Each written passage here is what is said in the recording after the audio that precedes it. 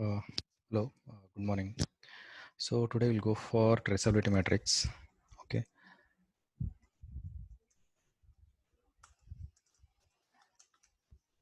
So what is a traceability matrix and why it is important, and we will also see like how the traceability matrix looks like. Okay. Traceability matrix means that is it is uh, mapping between simple answer mapping between test case, or you can say requirements with or requirements and test case. Okay, so this is a very simple answer. Okay, it is mapping between the requirements and test cases. Okay, so why it is important? So it is important because we need to check whether all the requirement has been covered by at least one test cases or not, so that none of we'll make sure that none of the requirements got missed. Okay, so because we can say why it is important. It is important because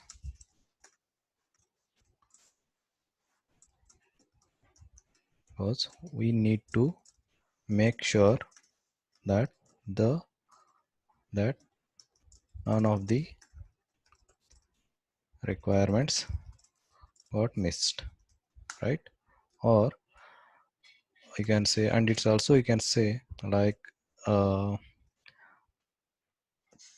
each requirement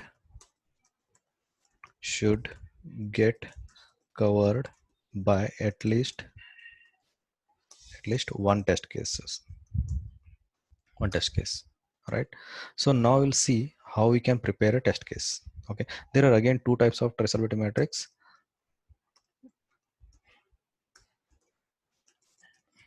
matrix types. One is forward traceability matrix and backward traceability matrix. Okay, so now we'll see, let's say we have many test cases here already written in the previous sessions. Now we'll see that how the traceability matrix looks like. So simple one, there are many columns are there, depends on the uh, a company. Okay, they follow different formats. Okay, here requirement traceability matrix, project name, what is the project name, and approver and reviewer. Okay, serial number, that is 1 2 3 4 5 6. Okay, okay, requirement id. See, let's say we have okay, we have even we have two types of requirements. One is in terms of user story. Even every user story has a number. Let's say we have user story for this one is 60. Okay, us 60. Okay, so for us 60 user id, I mean sorry, user story, how many test cases you have written? For this user story, how many test cases you have written? Let's say we have written around, okay, here are the test cases. So for first one, we have written 1, 2, 3, 4, 5, 6, 7, 8. Okay, let's say assume we have written 8 test cases. Okay, sorry for the background noise. Okay, US 60 has a test case, that is TC underscore. What is that? Sorry, here it is FB00. No, TC FB. Sorry, TC FB001. All right, TC FB 002. All right, so how many test cases you written? You written, just a minute, will make it a wrapper text, so that I mean this user story has been covered by these many test cases. Okay, means let's say we have another user story that is 62 or 61. Okay. Okay, let's complete this one. 006 00 sorry 002 003. Okay, 004 005 006. Okay, so for US 61 we have covered only how many? Two test cases.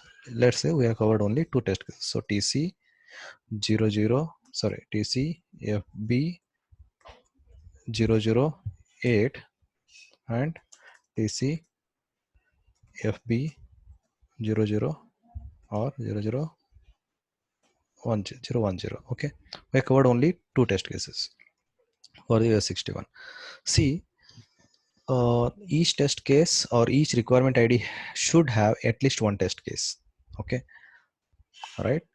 So we can write in this way. We are making sure that every requirement has covered by at least one test case. Okay, some requirements would be in this like this for customer F16, right? F16, F17, F18. So if source account number is invalid, system display an error. If source account does not have the necessary balance, system display error. It's all are for error message. For example, F16 have one valid test case and invalid test case. Let's say F16, F17 and F18 have two test cases for each one. Okay, so F16, F17, F18. Okay, so test case 001. Next one is test case 002. It depends how do you mention the test case. Okay, ID. Test case 003. Test case 004. Right. Test case 005. Test case 006. Right. So this is how you prepare a traceability matrix. You can do this way. Okay. So make sure that the complete, I mean every requirement, all the requirement have at least one test case to make sure that none of the requirement has got missed. Means we have covered all the requirements using a test cases. I don't want to miss any of the functionality. That is why I prepare the test case, and that is what I look into, that how many test cases I have written for each requirement. Okay, so this is about a traceability matrix. This is forward traceability matrix. Another one comes is backward traceability matrix. In that case, for each requirement, how many bugs you got, that is defect ID. Okay, so for this user requirement, how many defect you found, that is defect ID that automatically get generated in the Jira. So we'll see FB 123.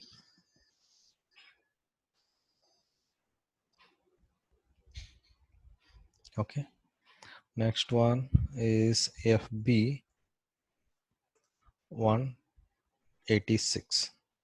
Okay, for this we don't get any this one defect, so leave it blank. Okay, so we can do in this way. Let's make it up. Okay, so for this we got, let's assume we got FB